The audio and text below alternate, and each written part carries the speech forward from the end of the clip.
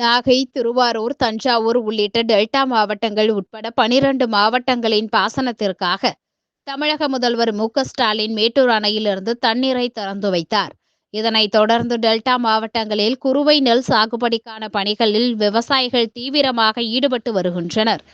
காவிரி கடைமடை பகுதியான நாகை மாவட்டத்திற்கு இன்னும் 10 தினங்களுக்குள் வந்து தண்ணீர் சேரும் என எதிர்பார்க்கப்படுகிறது.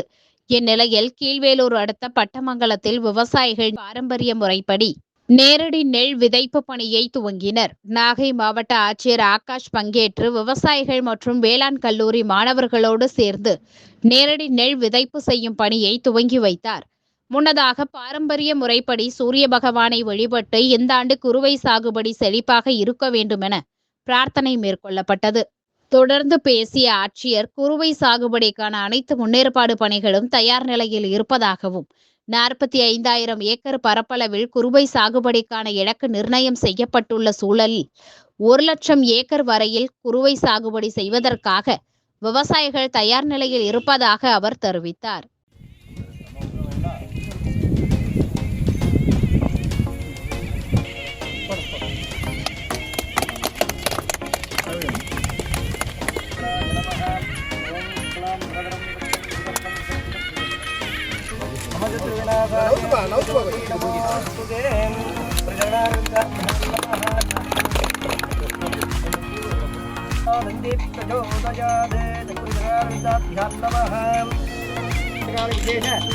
समस्त देवताभ्यो नमः परिपूर्ण कृपा कटाक्षदारुदेव विशेष पूजांच अद्य कर्तव्ये अवोपस्यादि सकले कर्तव्याय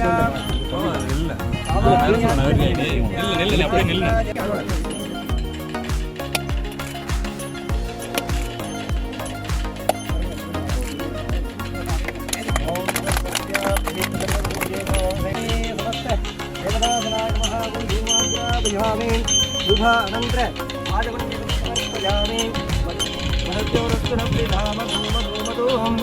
देवताभ्यो नमः विशेषपट्टनानि सर्वं स्वाहा सर्वसिद्धेश्वरनाप्नोति सर्वं जयति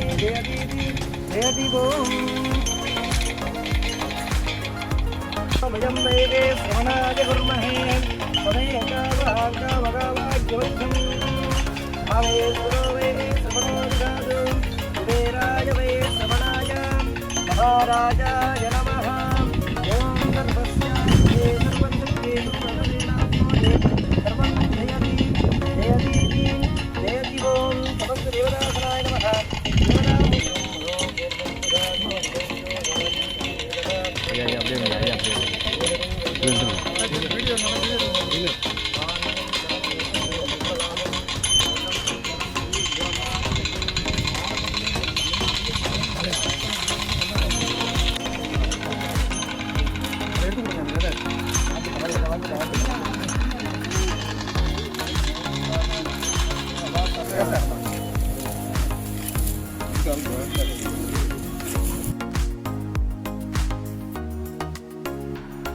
எல்லாரும் தெரிஞ்சுருவாங்கம்மா.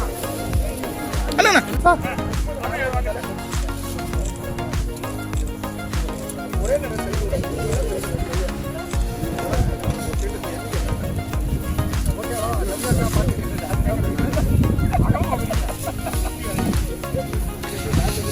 மாவட்டம் 1,00,000 ஏக்கர் தாங்க